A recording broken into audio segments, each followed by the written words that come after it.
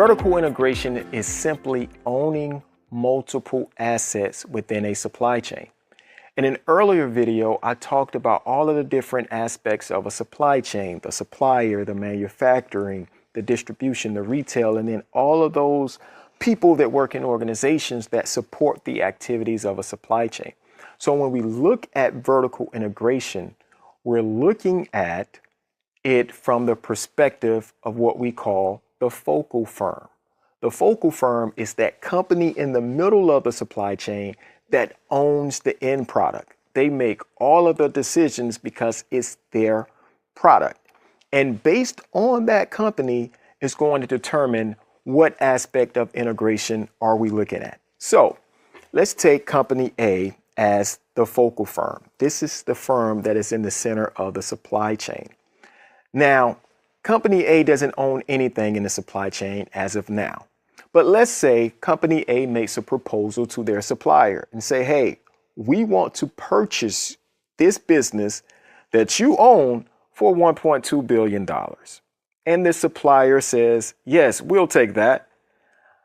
Company A just essentially implemented backward vertical integration because they went backward on the supply chain. Remember, it starts with the supplier and it moves forward, right?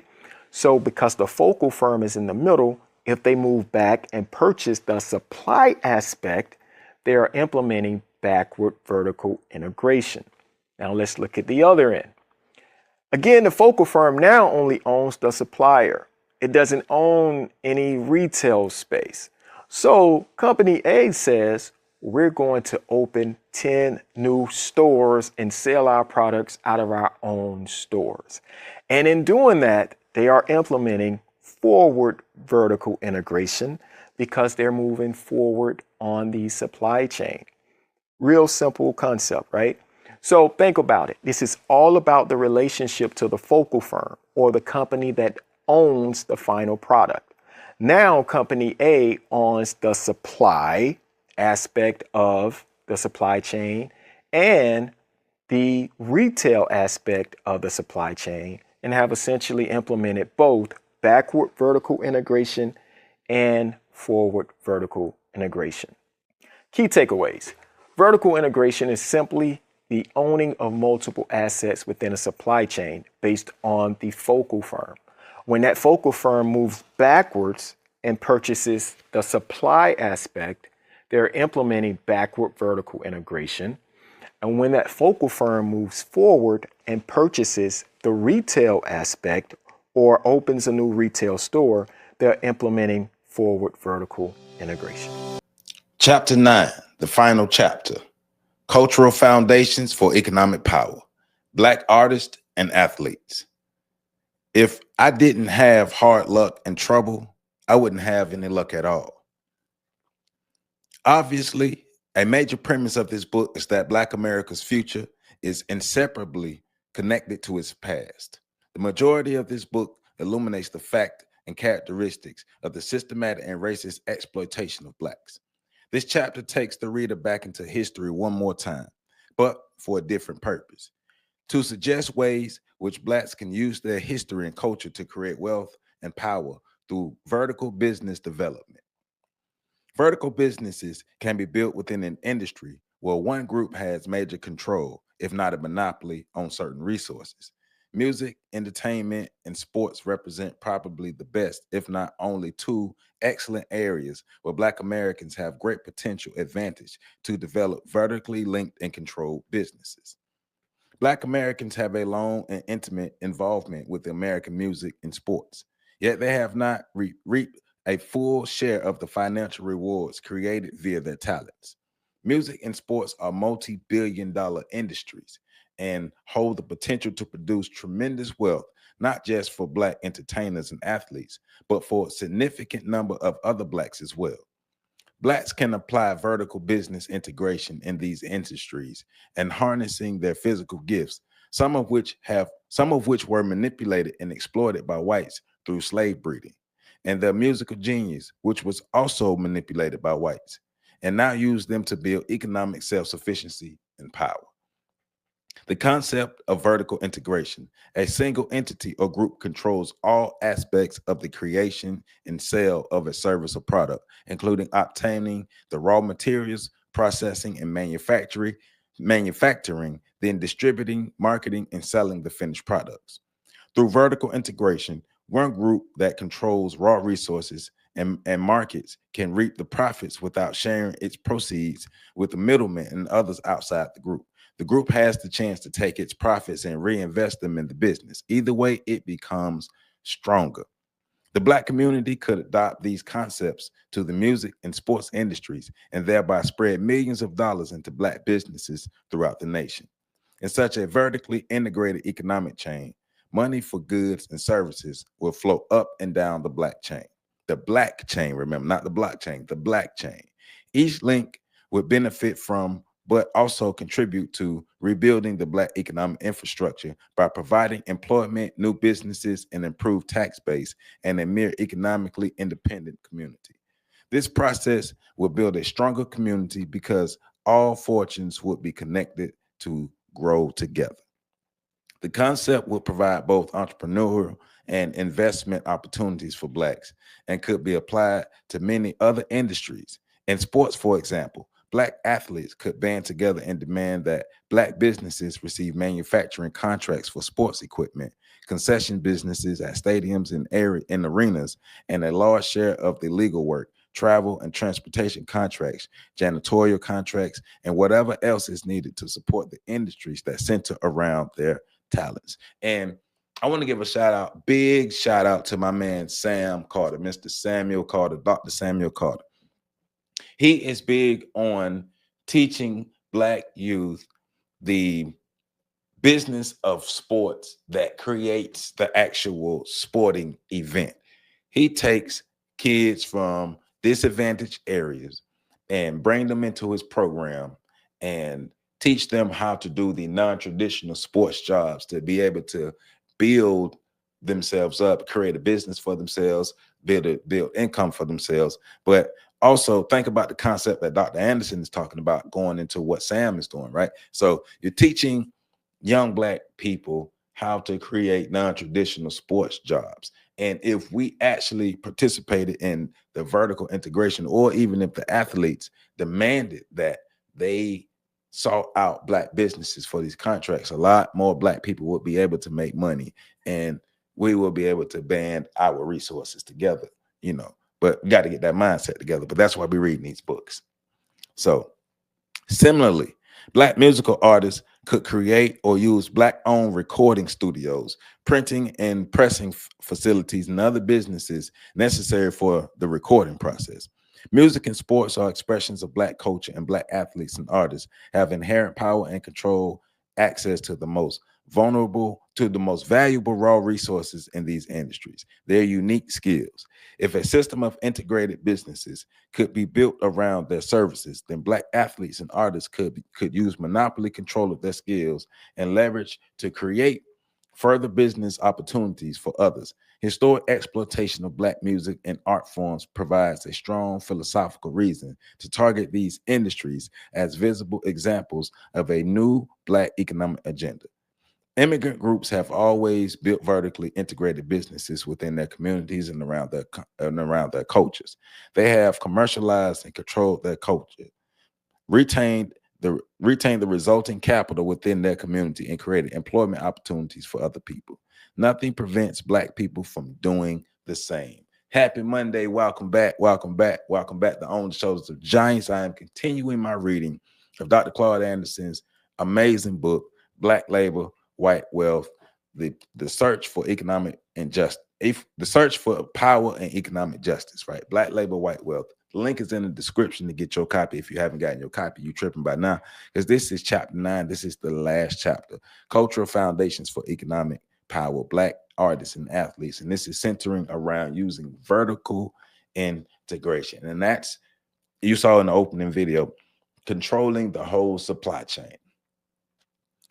And the gentleman did a great job of explaining backwards vertical integration and forward vertical integration, controlling every aspect of the supply chain being able to reap the benefits of that and reinvest that money back into the business to continue to grow the business. That is what we got to be doing here in Black America to be able to help build ourselves. And I think it's a great business concept. Nipsey Hussle was pushing the vertical integration ideology hard. Of course, you know, Nipsey Hussle did read and was talking about the concepts that Dr. Claude Anderson had put out there. But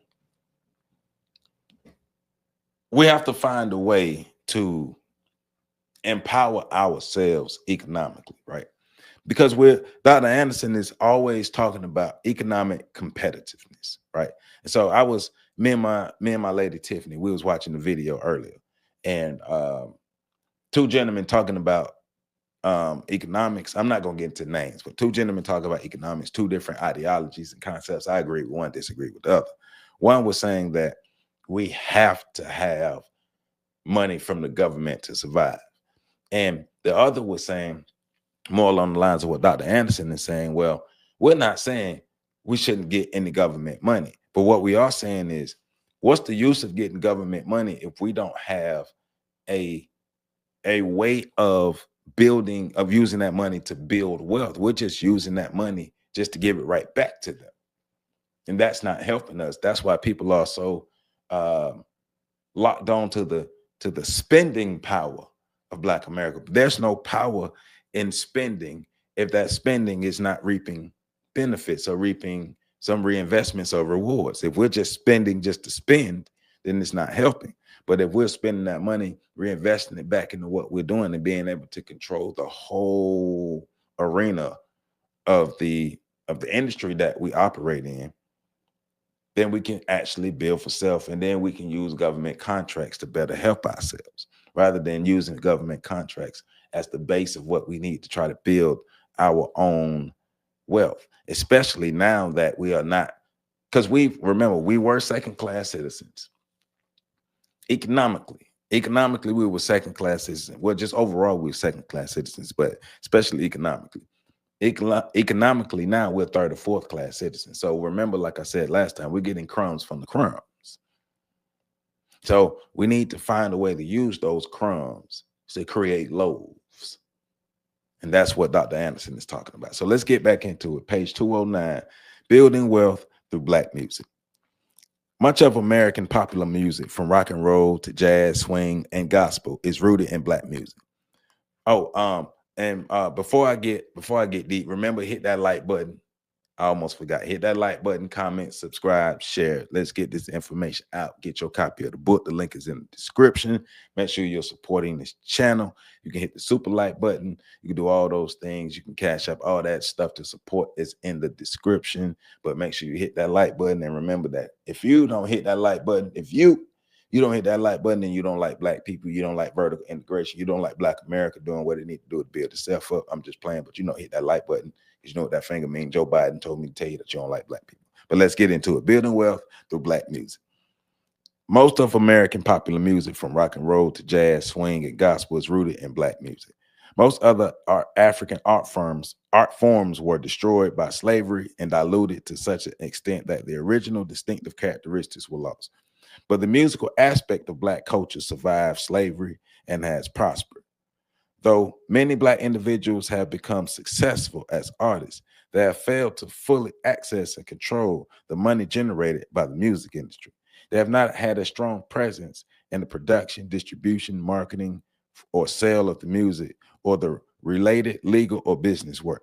Black music is the basis for one of the world's wealthiest industries. It has a unique role in popular world culture. The wealth and power of the music industry offer the most compelling reasons for Blacks to recapture control of this cultural resource, right? We created all of this music and own none of it, or small percentages of it, right? Michael Jackson was one of the artists who managed to grab his piece of control of the music industry when he owned that Sony catalog. I have that Sony catalog. He owned the Beatles. He owned so much, and it's speculated that Michael Jackson was ex-nayed because of how much of the music industry he had ownership of. But it's about being able to really reap the benefits of what you create at the end of the day, right? We were brought here to be laborers and producers for others, but let's use those skills to build up for ourselves. And let's reverse the programming that we're no longer here to build up for others, to make others rich or wealthy. We're here to build up and make ourselves rich and wealthy and beyond. So, the roots of Black music and dance. White society's interest in Black culture and musical art forms is deeply rooted in history. Whites were fascinated by African customs, especially native dance and song. The Black Africans' physical movements were rhythmic, uninhibited, and sensuous. Whites found their dancing, singing, chanting, cries, and other sound effects compelling, erotic, and emotionally stimulating. Whites liked to observe Blacks performing, not only because Black art forms conveyed a sense of contentiousness, but because whites were entranced by the Black style. They liked what they saw, they liked what they felt, and they found ways to manipulate it, control it, imitate it, and make money from it. The conversion of African music to New World or Black American music began aboard the slave ships as the music was transformed in response to the horrible conditions of enslavement. The slaves expressed their physical and psychological pain through song, music, and dance. Captains of the slave ships gave slaves opportunities to sing, dance, and express their sorrows. These releases of emotions were like a drug that raised the slave's spirit and burned off surplus energy, quelling pent up hostilities that represented a constant danger to their white captors.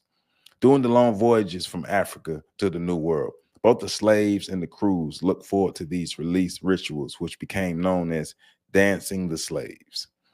For added employment, some slave ships provided musical instruments such as tambourines, harps, fiddles, and banjos for the slaves. Ships without musical instruments often permitted slaves to make music by using pots and pans. The most commonly used accompanying sounds were vocal harmony, hand clapping, or foot stomping. The long voyages and brutal conditions generated deep new emotions in the slaves, who modified their traditional African songs, music, and dance to convey how they felt about their forced voyage from Africa. The white slave traders were fascinated by the emerging new sounds and dances. In the New World slave markets, the slaves retained and continued to modify their music and dance heritage. European settlers began to openly express their interest in slave music. Some plantation owners gave slaves musical instruments. The gifts were instruments that provided entertainment as well as profits. Advertisements for slaves sometimes touted musical and dancing talents because such skills increased the slave's value. By the Revolutionary War, the Virginia Act of 1776 called blacks into military service to be employed as drummers and fiddlers. The rural plantation areas, slave musical performances were the primary entertainment, and dancing was the favorite form of recreation. Throughout the South, slaves played fiddles, banjos, and drums at their master's special plantation balls. Whites developed an appetite for the distinctive way that blacks played the jig and other Negro tunes. During holiday seasons and weekends, whites customarily gathered their slaves into the yards to sing, dance, and make music to entertain their masters' family members and guests. The singing and dancing of slaves added to the security and comfort of the slaveholders. They disliked and did not trust silent blacks. They wanted slaves to sing while they worked and to at least give the impression that they were happy. Black work songs developed into some of America's first folk music and became blacks' statements to the world. These work songs describe the hard, unhappy lives of slaves. With primitive tools, little food, and no monetary compensation, they sweated their lives away in the cotton fields, mines, or on the railroad lines, producing wealth for the white class. The burdens and pains of the slavery and Jim Crowism were erased by the music and the occasional chance to dance. This gave blacks the strength to endure. The Emancipation Proclamation brought short-lived joy and celebration into the lives of the slaves, who sang and danced for days, ecstatic about their new legal freedom. But the failure of Reconstruction made life harder for the newly freed slaves. Confused and abandoned by the North, the ex-slaves continued to make emotional statements in the only ways open to them, new musical forms. They sought emotional comfort and release in the churches. The ex-slaves' inability to read the hymn books or musical notes gave them the freedom to play and sing what they felt in their souls. Outside of the churches, blacks blended the spirituals with old slave work songs and called it the blues. Whether it was the church or the street corner, blacks attempted their music, blacks accentuated their music with emotions. The black blues singer was a storyteller who powerfully conveyed the deep sorrows and pains of a black nation imprisoned within a white nation. Often white society responded to the new black music in a manner that reflected their emotional dilemma. They were attracted to it and simultaneously repulsed. The more rigorously conservative value, the more religiously conservative whites asphyxiated derogatory labels to the music. They called blues race music.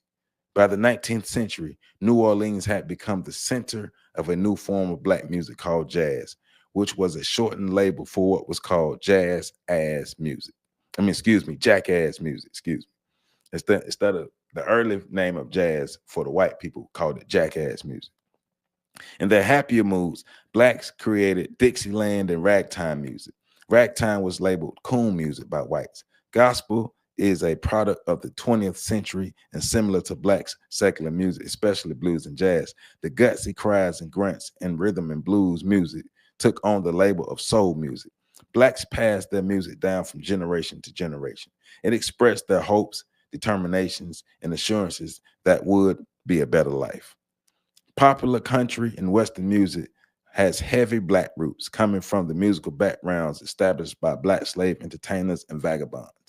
Segregation in rural areas of the country maintained an archaic form of European speech patterns and the culture that resulted in bluegrass and Western music, which were more closely identified with rural whites. However, popular and progressive country music has been incrementally updated with black sounds throughout the years because black people are the foundation of all American music.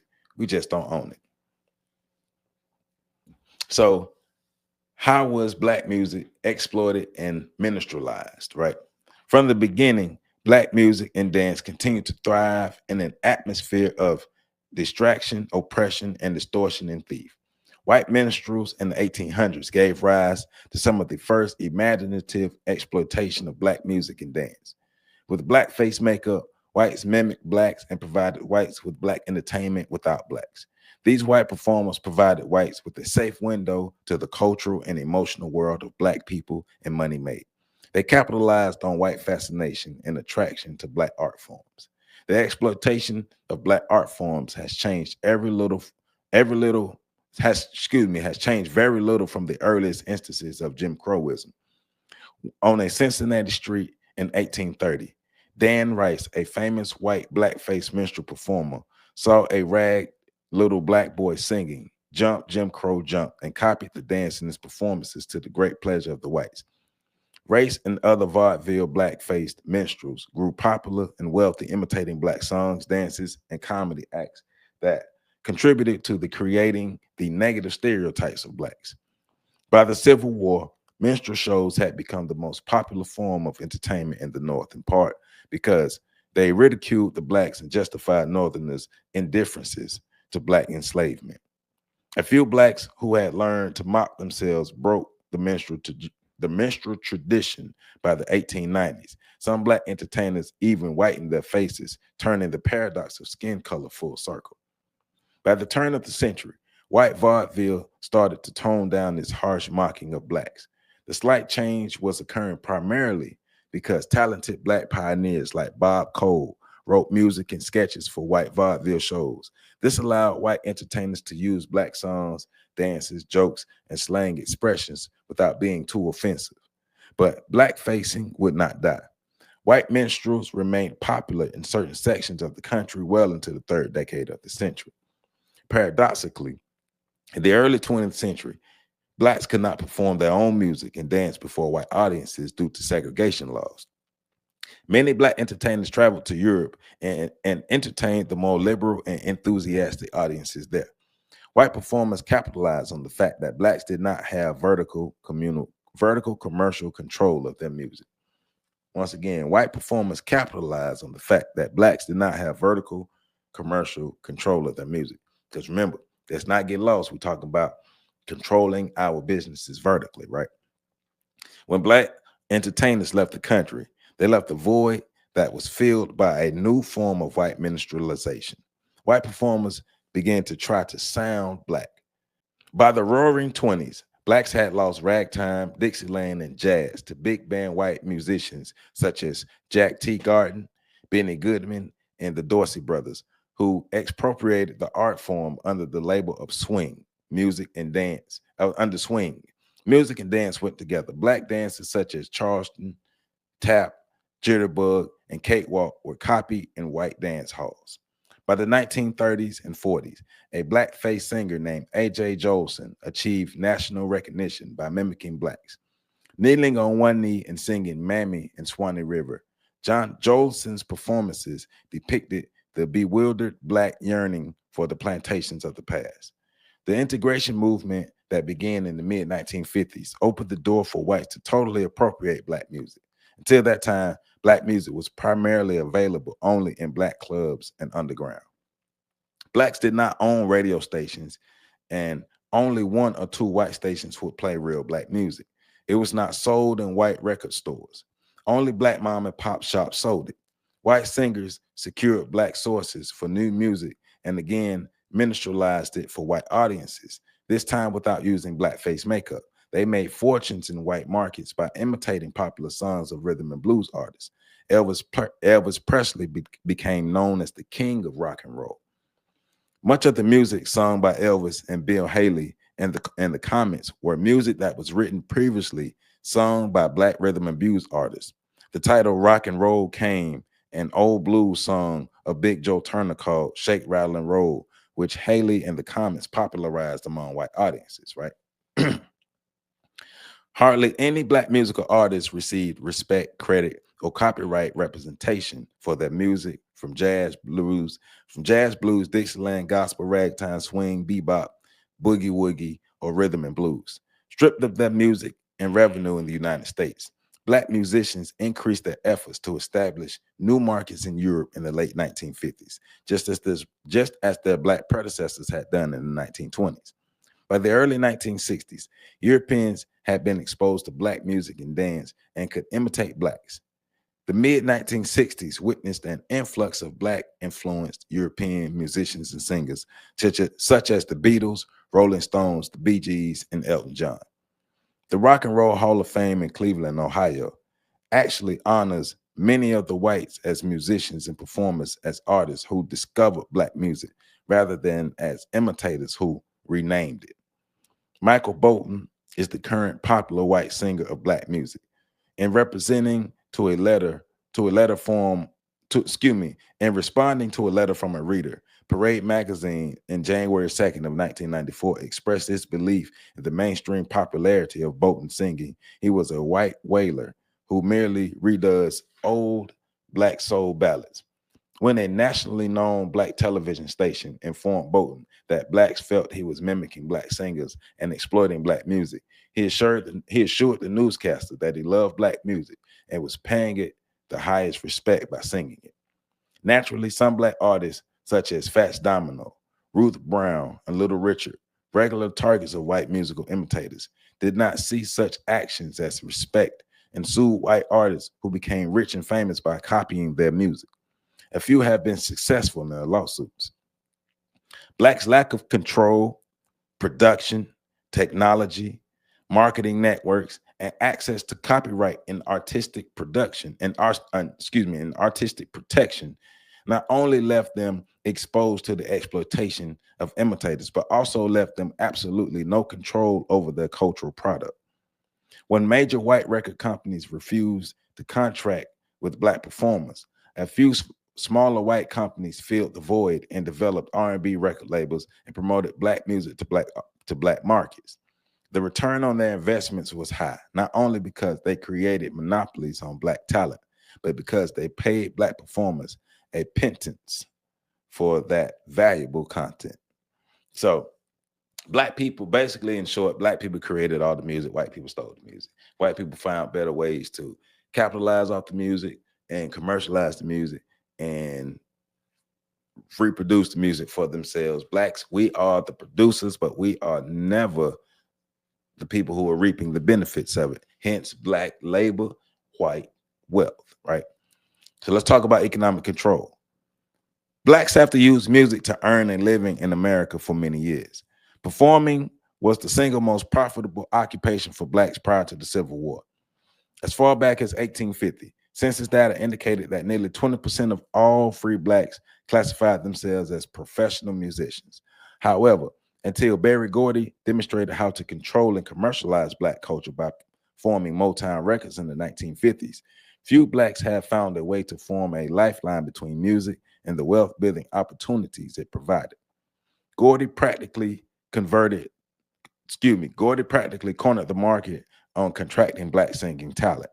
His artists dominated the record industry for decades, repopularized black music, and controlled this black art form.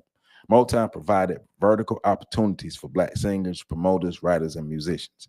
It was an important symbol of blacks controlling and profiting from black culture and producing wealth and power.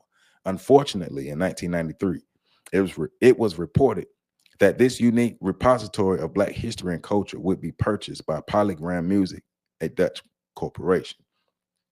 Though Motown passed from black hands to white hands, it still stands as the prime model for using black culture to build a sense of racial togetherness and pride in economic success.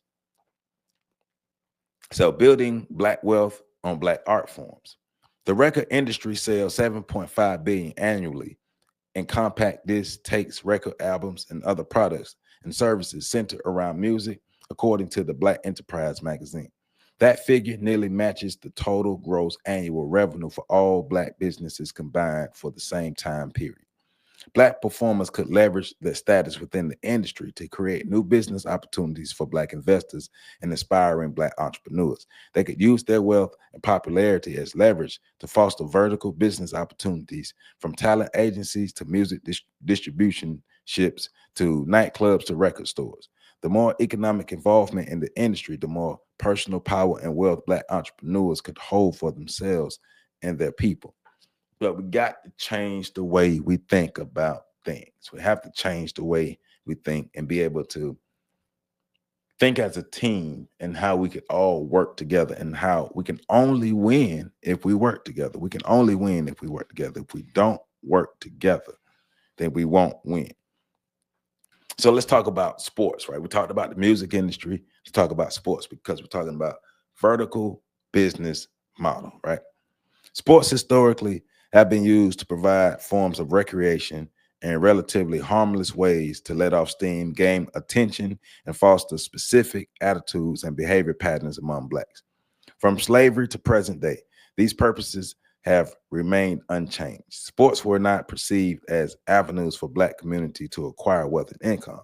In terms of an example of vertical business opportunities for the black race, sports are second only to black music, but not if blacks perceive the industry with new eyes and seize the opportunity to gain more control of it. Hence, learning more about the non-traditional sports jobs as well as the traditional sports jobs and being a part of the industry, right? Unlike black music, dance, and language art forms, American sports are culturally unique and were not produced by blacks.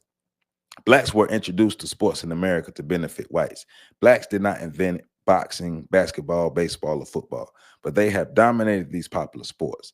Blacks are attracted to sports for a great variety of reasons. First, sports, unlike music, represent opportunities for black athletes to regain the humanity that slavery and Jim Crow stripped away. For many black Americans, sports feel an emotional need to present an opportunity to measure oneself against opponents, especially non-black ones. For a long time, sports were the only area in which a black person was allowed to be a winner. During slavery, some competitive activities were regularly planned and others were spontaneous. Boxing, wrestling, horse racing, foot racing, wood cutting, and a variety of dance contests were very popular. Black slaves often created their own contests and betting on who could pick the most cotton or do the most work in a certain period of time. So, sports produced benefits to slave masters, right? Saturday night sports contests between black slaves from different plantations were held routinely for fun and profit. They provided the slave the opportunity to demonstrate his physical prowess and permitted the white slave owners to enjoy themselves and make more money. At a more popular events, whites placed large wages on slaves and their choice and earned money from the contest. These activities were designed to promote blacks as uniquely empowered with physical attributes best managed by white overseers. Permitting blacks to engage in sports activities was also a major part of the conditioning process. For not only did the black sports contest entertain and make money for the whites, they but free play activities effectively drained off the slaves' excess physical energies, thereby reducing the level of potential threat to the slave owners and overseers.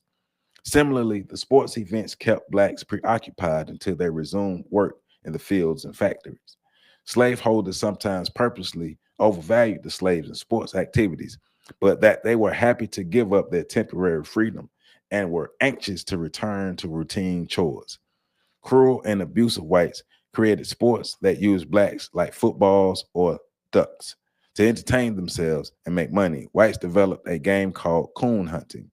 The game was also used to reinforce fear and discipline within blacks. Blacks could avoid being used in the games by making sure that they were always obeyed whites. In the coon games, blacks' extraordinary running abilities and endurance were pitted against white hunters' skills. Whites joined the game with rifles and hunting dogs. A slave with whom a white owner was dissatisfied was covered with a scent and set free to run in the woods at night. The slaveholders released their hound dogs to track and tree the slave. Bets were placed on whose dog would catch the slave first. Once caught and freed, the slave was usually executed from the tree like a raccoon. During the first few decades of the 20th century in Rosewood, Florida, a wild game of coon hunting lasted for as long as 8 days, with more than 100 blacks being executed.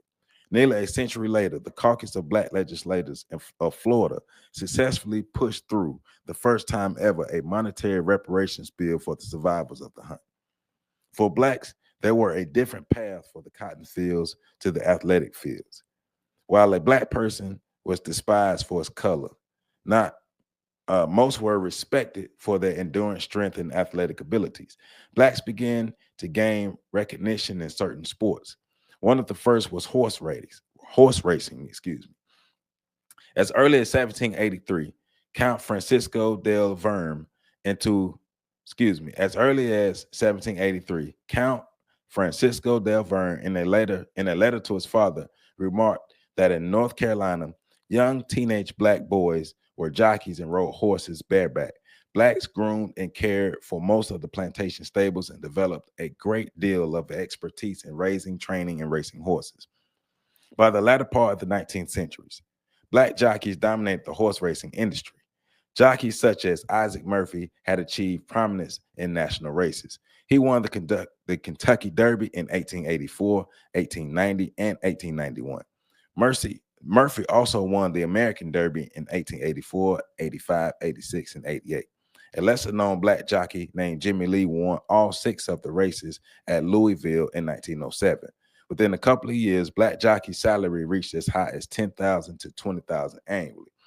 Nothing that was not appropriate for blacks to earn such levels of, nothing that it was appropriate for blacks to earn such levels of wealth. The racing industry, held accountable by larger white community, eventually removed the blacks and replaced them with the white or Hispanic jockeys, because blacks, I messed that up, but the black jockeys were making too much money, and the white people replaced them because they were making too much money. They were basically ex-nayed from the horse racing industry, right?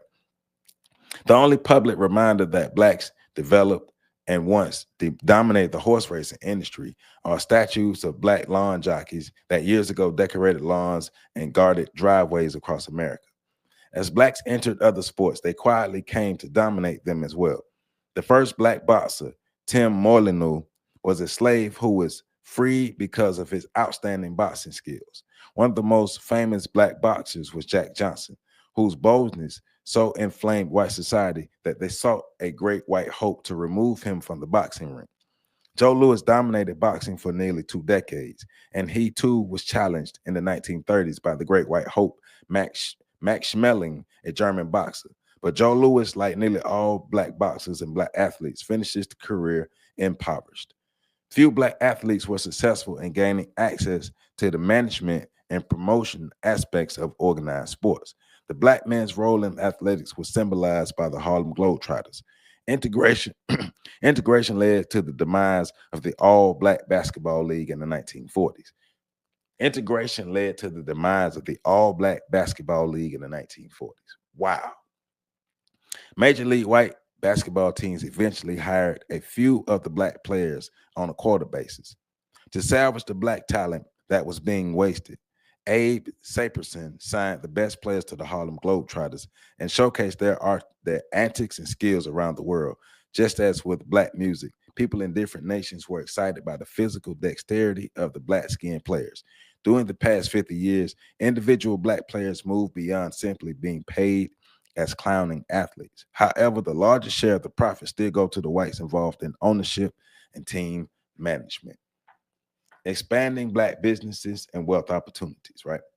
Sports offer an opportunity for blacks to practice successful group economics and the chance to convert professional dominance and black consumer spending into wealth power. Blacks are prolific consumers of sports equipment and sports clothing, and they spend a sizable amount of money watching sports. Blacks make up approximately 80% of the professional boxers, 75% of professional basketball players, 50% of professional football players, and 40% of the professional baseball players. Of course, those numbers have changed now, right? Very few blacks own any entities connected to the sports industry. So shout out to like Magic Johnson, Michael Jordan, Dwayne Wade, people like that who have been able to work done, people who have been able to own pieces of the industry, right? Most of the vertical wealth, employment, and entrepreneur opportunities from sports-related businesses could accrue to blacks if they challenge the many foreign businesses and manufacture to produce sports equipment and clothing. Blacks are heavy users of the consumer items. It is ironic that there are few Koreans, Taiwanese, Chinese, or Japanese in professional American sports, and even fewer Asian spectators. Yet these groups are the major manufacturers of the athletic equipment and clothing that is sold in the United States. In effect, black athletes and black spectators are subsidizing businesses' development in other nations. With the support of black spectators, black athletes could negotiate more than higher salaries. They could leverage their popularity and fan support to create structural business opportunities for blacks at all levels of industry. As a group, black athletes could negotiate for a percentage of the opportunities created by their team's purchases of sports equipment, marketing, and promotional stadium concessions, insurance coverages, players' permission programs, banking deposits, accounting, legal services, and local sales, of all which would provide wealth to black seeking business opportunities in sports. The practice of group economics would give individual athletes leverage and open economic opportunities that would strengthen blacks as a group. Without the collective pressure of black athletes and spectators, the sports industry will have no incentive to alter its present practice of excluding black business persons. And it still excludes it today. Remember, this book was written in 94, it's 2025, and we'll still have no leverage in the sports realm, right? The conclusion is vertical business opportunities like trees grow best when they have strong, deep roots from which they draw nourishment and support. Music and sports represent such business opportunities for blacks. For in these industries, black people's roots are indeed strong and deep. In addition, the raw resources are readily available.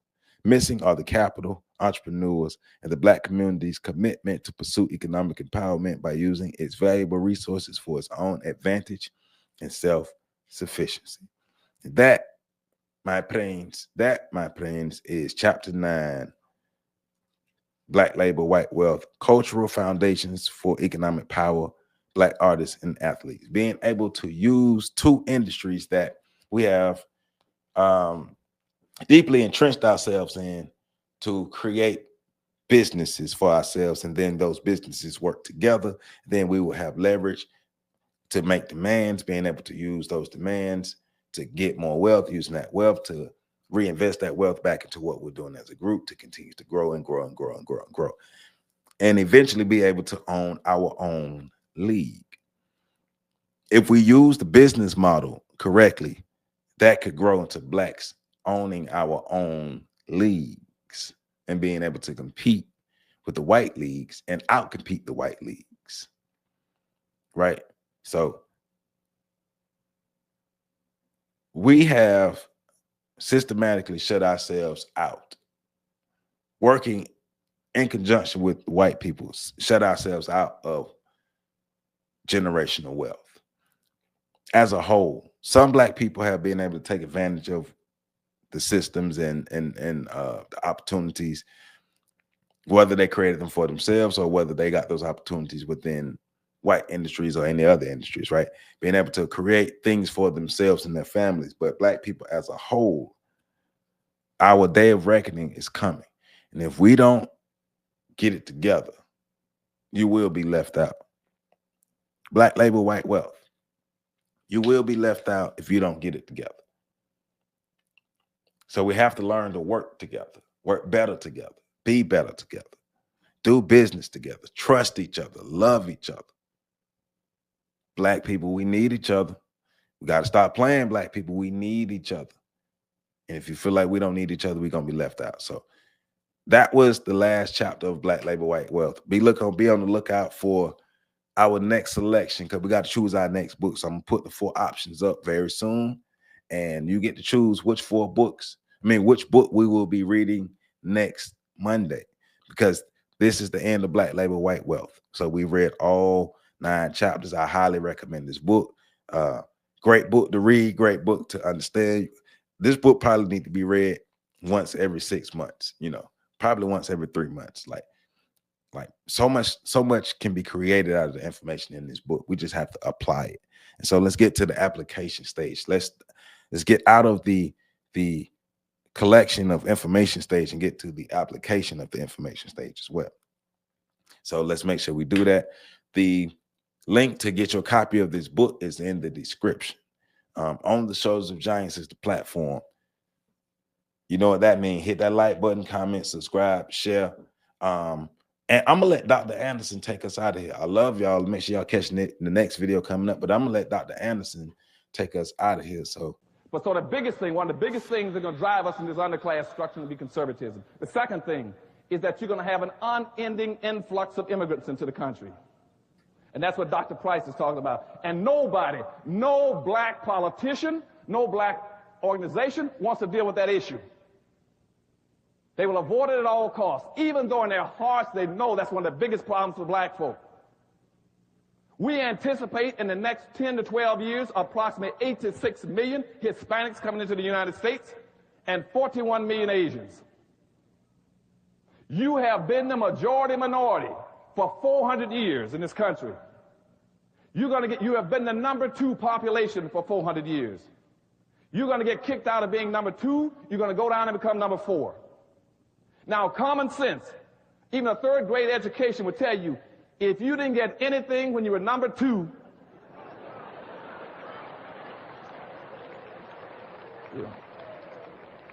you all jumped ahead of me, but anyway, you can guess what you're going to get when you become number 4. So what I'm saying now is that you're going to have this massive influx of immigrants into the country that are better equipped. They don't have your legacies. They don't have your disadvantages. They're walking across the border. They're going to get a free lunch. They don't have to pay dues. But you got public policies in this country that are equating them to black folk. They're equating them to black, and what we've allowed them to do starting in 1970 is to wrap themselves in black folks' suffering and pretend somehow they've suffered along with black folk. And therefore, whatever program is created under this misguided label called minority, that they are equal to you and over you. So that's the problem with the influx of immigrants. And what they are doing is coming into the country and doing what we've never been allowed to do and we've never been bright enough to do in some senses. is to build your own communities. You got to build your communities. You see, every group that when they leave their homeland, the last thing they do is look in the mirror. They look in the mirror and says, I'm going to America. And I'm going to go to America. I'm going to find me a community or neighborhood. Or I'm going to build one with people who look like me. And so that's why you go all over this nation, where they're coming out of Asia. You will find Vietnamese towns all over California, little Cambodias. You'll find a Chinatown in every major city. You'll see the Hispanics come in. They'll build a little Mexico, a little Havana, a little Hialeah. You find little Italys, French towns, German towns, Greek towns, Polish towns, but you cannot find one black town.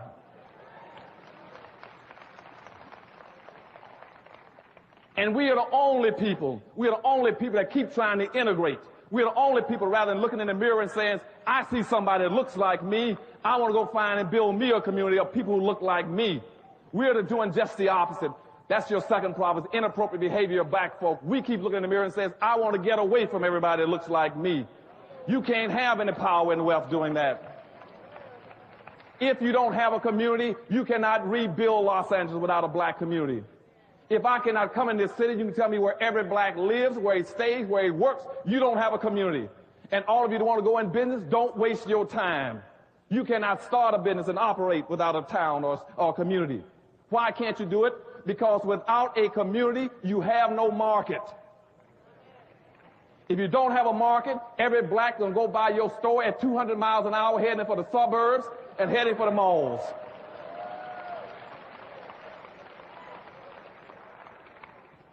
And that's why you got this major displacement of capital out of the black neighborhood. And I tell black folk, if you want to go in business today, don't do it. Give me the money. I need it. Because you're going to go bankrupt. 80% of all black folk that go into business under the present system, you will go bankrupt within 2 years. You will lose your money within 2 years because you don't have a market. And see, that's how the other groups function. They have their own markets, their own community.